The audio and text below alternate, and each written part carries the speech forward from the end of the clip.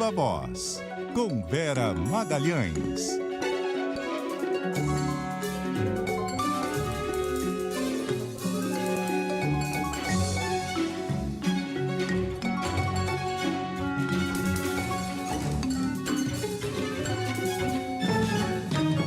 Viva Voz, Vera Magalhães, boa noite. Oi, Bocardi, boa noite, Carol, ouvintes, todo mundo que está em casa. Oi, Vera. Já são 2 votos para condenar Bolsonaro, também por abuso de poder no 7 de setembro. Qual deve ser aí o desfecho desse julgamento, Vera? Olha, deve ser parecido com o do primeiro, Bocardi, em 2 aspectos. A condenação do Bolsonaro à inelegibilidade e a absolvição do seu então candidato a vice, o general Walter Braga Neto. Naquele primeiro caso em que o Bolsonaro foi condenado, aquele da reunião com embaixadores para lançar fake news contra o sistema eleitoral brasileiro, o vice também não foi condenado.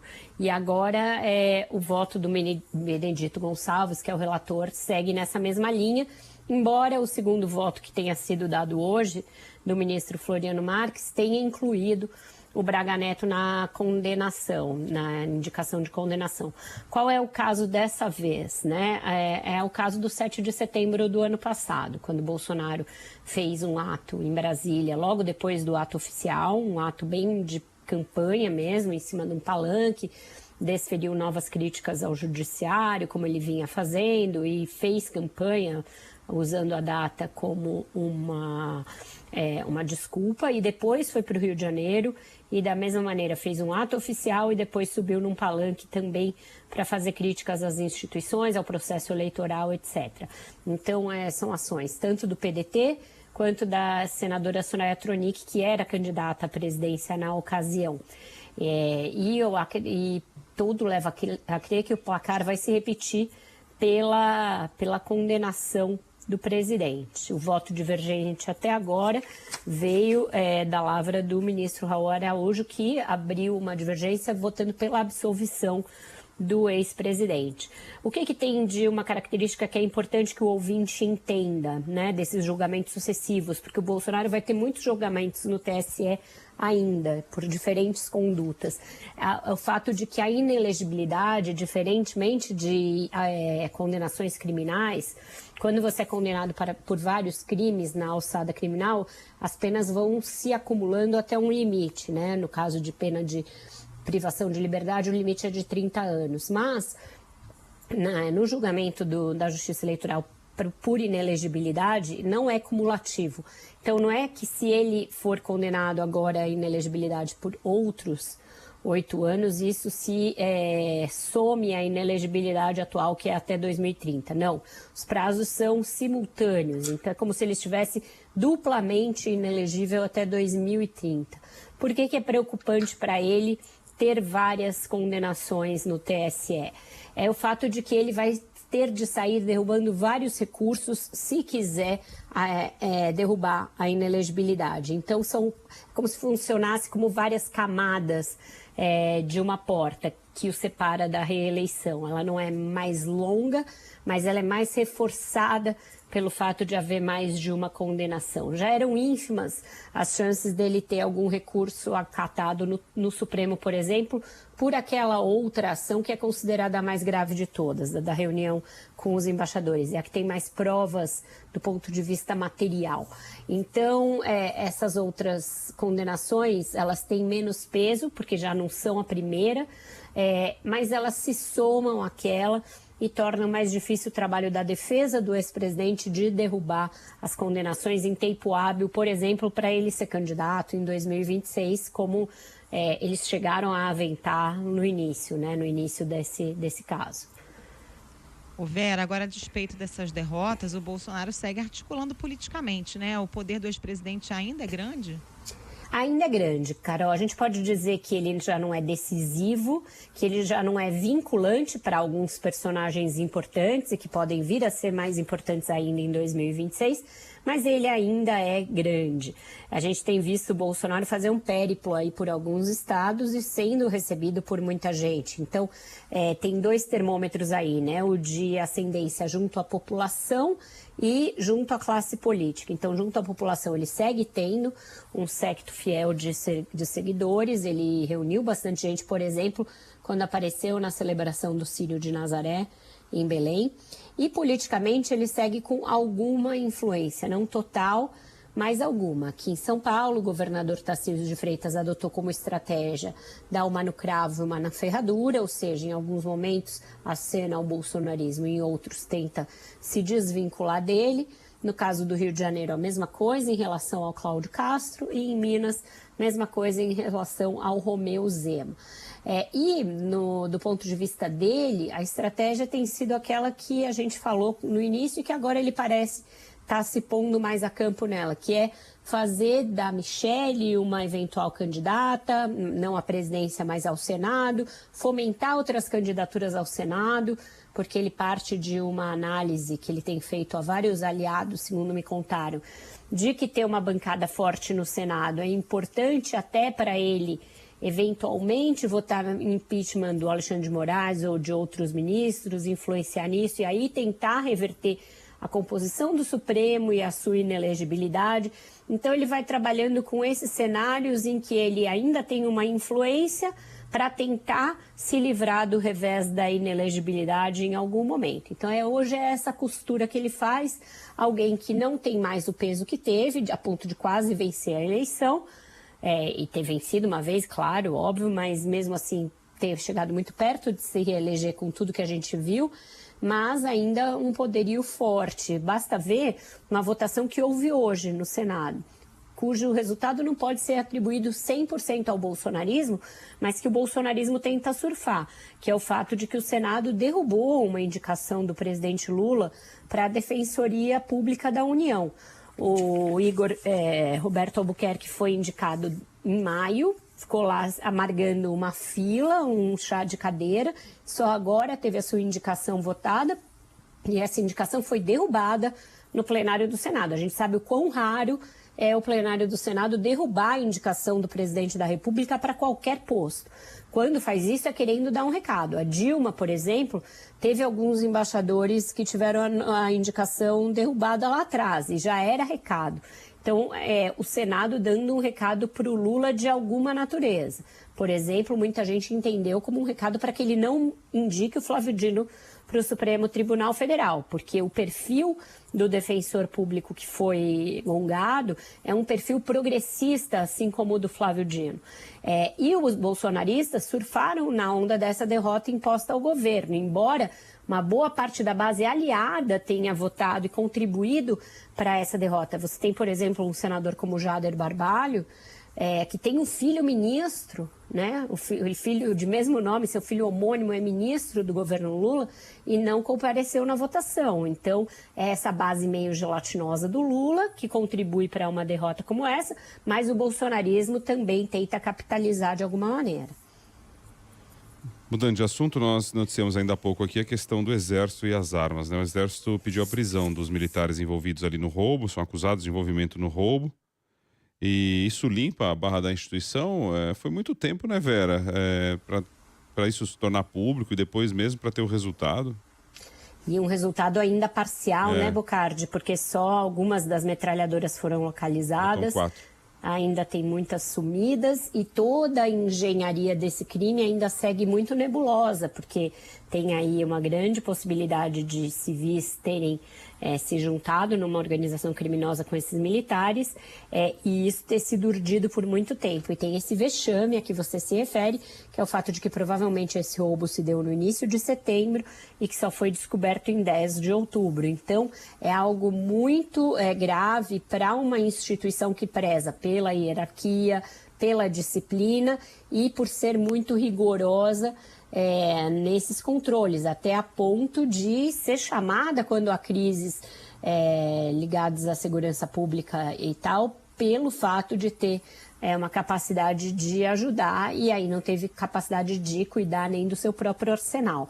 Então é um caso que cobre o Exército de vergonha e a gente nota o desconforto extremo com essa situação, justamente no fato de eles saírem à frente, primeiro terem detido internamente no próprio quartel os militares acusados e agora pedirem à Justiça Criminal que mesmo no decorrer do julgamento eles fiquem em prisão preventiva. Então é isso, eles estão tentando mostrar que não vão ser omissos, que nem vão poupar esforços no sentido de desnudar esse crime completamente, desvendá-lo e resolvê-lo e punir com o máximo rigor. Essa é a imagem que eles querem passar justamente para tentar dirimir um pedaço do desgaste que um caso como esse, que não é isolado exatamente, né? A gente não pode nunca esquecer do tráfico de drogas, por exemplo, no avião da FAB. Então, militares envolvidos em questões de crimes ali, crimes comuns, crimes desse tipo, já não são inéditos. Então, isso acaba atingindo a imagem da instituição militar muito gravemente, e isso preocupa o alto comando, nesse caso agora do Exército, no caso anterior da Aeronáutica. Então a ideia é se mostrar muito rigoroso e muito enfático no sentido de desvendar toda a cadeia de comando desse crime. Vera, ontem a Câmara aprovou a toque de caixa, aquele projeto que taxa os fundos exclusivos e offshore, depois que o governo mudou o comando da Caixa Econômica Federal, né? Faltava só o toque do Lira para liberar o pessoal? Faltava o toque de Lira, e ele veio rapidinho numa demonstração clara do que ele pretendia, né, Carol? Ontem, quando a gente conversou aqui no Viva Voz, já havia a confirmação da demissão da Rita Serrano e a sua troca pelo indicado do Arthur Lira, e a promessa, né, de votar o projeto dos fundos, o que aconteceu depois que a gente já tinha encerrado o nosso papo aqui. Foi vapt-vupt, como tem sido os projetos nos quais ele dá o seu toque final ali de Lira. Então, isso mostra que hoje existe uma base muito mais dedicada ao Lira do que dedicada ao presidente Lula, o que é muito ruim para um governo que está no seu primeiro ano ainda, aquele ano que costuma ser de lua de mel com o Congresso, mas que já tem esse grau de dependência tão grande. E isso não necessariamente encerra as negociações, né? Isso que é o mais louco de tudo, porque a gente pensa que a presidência de um banco como a Caixa já deveria ser o suficiente para contentar o apetite, né? Mas não, tem muita coisa em jogo ainda. Eu falei mais cedo na primeira edição do Viva Voz sobre a coisa de que eles devem conseguir as diretorias da Caixa que eles pediram. Então, qual é a negociação que está em jogo? O PT tenta preservar a vice-presidente que cuida da área de habitação. Eu trouxe isso aqui em primeira mão mais cedo e isso se confirmou ao longo do dia. Inês Magalhães deve ser mantida, e isso é uma tentativa de evitar que o PT se rebele e faça uma conflagração contra a ideia do Centrão ter todas as outras vice-presidências da Caixa. Então, você dá uma e fica com 11. É bastante coisa. Mas pelo menos preserva esse rincão do Minha Casa Minha Vida nas mãos do PT, porque é uma política pública cara ao partido e porque a Inês é um quadro caro ao partido. Então essa é a negociação que está em jogo nesse exato momento, deverá prosperar, e aí a partir disso nomeia-se os outros 11 vice-presidentes e parte-se para a negociação da FUNASA, a recriação da FUNASA com a sua capilaridade pelos estados e cargos distribuídos para o Centrão, e aí não só para o PP do Arthur Lira, para o União Brasil, para os Republicanos, para os outros partidos, PSD, etc., e até para o PL. PL que ontem deu 10 votos a favor desse projeto dos fundos. Então tem uma ala do PL que está aí na conta do Lira e que está sob essa negociação para ter cargos também em outros postos do governo, como a FUNASA. Bom, você falou aí da aprovação do projeto dos fundos e também já emendou falando aí do que mais o Centrão quer. Mas a pergunta continua valendo. Além de tudo isso que você falou, o Centrão quer mais? O insaciável Centrão é mais ou é isso por enquanto? Sempre vai querer mais, Bocardi, sempre vai querer mais, porque a gente tem aí pela frente a votação da Lei de Diretrizes Orçamentárias e do próprio orçamento para 2024. Elas deveriam estar mais distantes uma votação da outra. Já deveríamos ter votado a LDO e deveríamos estar prestes a votar o orçamento, mas não votamos a LDO e uma votação vai ficar encavalada na outra. E aí o que vai querer o tão insaciável Centrão, né? Que até ali já vai ter negociado todos esses cargos. Vai querer negociar as emendas, que é o core do negócio, né? Os cargos são importantes, mas o que é o principal foco de poder hoje do Legislativo é o fato de que os parlamentares comandam uma grande parcela do orçamento da União.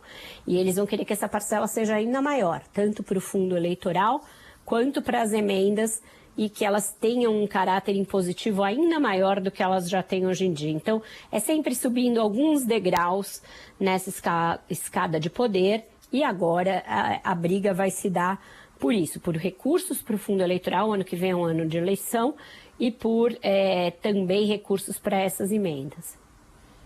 Ô, Vera, falando em votação encavalada aí, tem que ver como é que vai ficar a situação no Senado, né? Porque além da votação agora desse projeto dos fundos que veio da Câmara, tem reforma tributária. Pois é, eu perguntei isso ao longo do dia hoje para vários senadores e eles não sabem traçar um cronograma exatamente ainda, Carol. Principalmente porque o Senado deixou de ser aquele café com leite que tinha poucos dias para discutir as propostas e acabava aceitando. E hoje em dia é uma casa meio conflagrada, né? Tá com esses problemas aí dos projetos de cunho conservador, ali da pauta de costumes. O Rodrigo Pacheco também patrocinando uma série de projetos de interesse da bancada ruralista. E agora, com essa instabilidade de a gente não saber como vai se comportar em relação às indicações do governo. Gongaram o DPU agora, do Defensor Público da União, e podem estar emitindo um sinal de que farão o mesmo com o indicado para o Supremo Tribunal Federal. Então, o governo está pisando em ovos em relação ao Senado. Está tentando entender, sem muita facilidade, o que o Rodrigo Pacheco quer. E com isso, esses dois projetos, a gente vai ter que ver como eles vão andar simultaneamente. O projeto dos fundos, ele embute uma boa parcela do conteúdo de uma MP que está para caducar, a MP 1184. O governo editou um projeto e pôs lá dentro coisas ligadas a essa MP justamente para evitar ficar na dependência de votá-la no prazo. Acontece que se ela caducar, os efeitos que ela já surte, hoje em dia estando em vigor, eles cessam.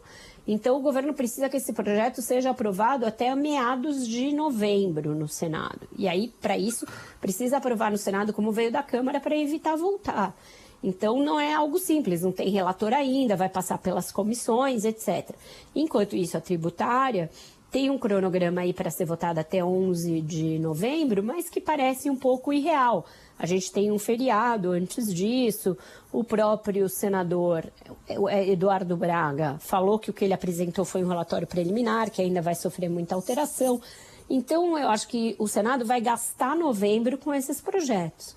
E aí, é ilusório o que, por exemplo, falou hoje o líder do governo, Randolfo Rodrigues, de que a reforma tributária vai terminar o ano sendo promulgada. Não acredito nisso. Vou ser surpreendida, vou ter que me retratar aqui se isso acontecer, porque é muita coisa, é um volume grande. Lá no Senado também tem o projeto que regulamenta as apostas, e aí a gente vai entrar nessa discussão pesada do orçamento e de vetos também do governo. Então vai ter muita sessão do Congresso ao longo das próximas semanas. Ficou muita coisa para essa reta final. Ô Vera, com relação à guerra, tentativa de votar resoluções, aquelas histórias, não tá ficando difícil uma saída diplomática, né? Muito difícil, Bocardi. O Brasil, ainda querendo ser a poliana da coisa, aventou a possibilidade de uma 5ª resolução no Conselho de Segurança. Só que ninguém acredita mais que vai sair dali alguma resolução, porque Israel começou a ficar inflexível quanto a aceitar qualquer tipo de resolução. E o embaixador de Israel está sendo bastante duro ali nessas reuniões, mostrou até fotos de reféns sendo decapitados, etc. Então a coisa tende a degringolar ali. Mesmo uma saída via Assembleia Geral, ou seja, fora do Conselho de Segurança, ainda que houvesse uma resolução aprovada, ela não tem caráter mandatório. Então, os especialistas passaram a duvidar da possibilidade de que seja a ONU o palco para algum tipo de negociação nessa guerra. Acreditam que ainda vamos assistir uma escalada vai piorar antes de começar a melhorar. E aí que essa melhora sairia de negociações nas capitais ali da região, intermediadas pelos Estados Unidos, pela Rússia e pela China, mas não com a ONU como o principal palco, que coloca sob muita perspectiva o papel das Nações Unidas nesse cenário novo, né, no cenário do século XXI. Por falar nesse assunto, Vera, hoje é dia de podcast 2+1 e o tema é esse. Isso, a gente tratou do conflito lá entre Israel e o Hamas com um dos principais especialistas brasileiros em política internacional, que é o Matias Spector. Ele que é professor da Fundação Getúlio Vargas, professor de RI, foi o criador do curso da Faculdade de RI da FGV São Paulo. Ele está em Washington nesse momento, falou com a gente a partir de Washington e falou largamente sobre isso e também deu uma boa explanação sobre a Argentina, que é o outro tema de política externa que está em voga no momento. Ele é argentino, então ele também tem uma boa capacidade de análise sobre esse assunto, então a gente aproveitou esse luxo que é ter um cara como o Matias Spector falando com a gente e foi um papo muito esclarecedor. Aconselho todo mundo a ouvir, deve estar no ar logo mais nas principais plataformas de podcasts. Isso aí, então, fica a dica.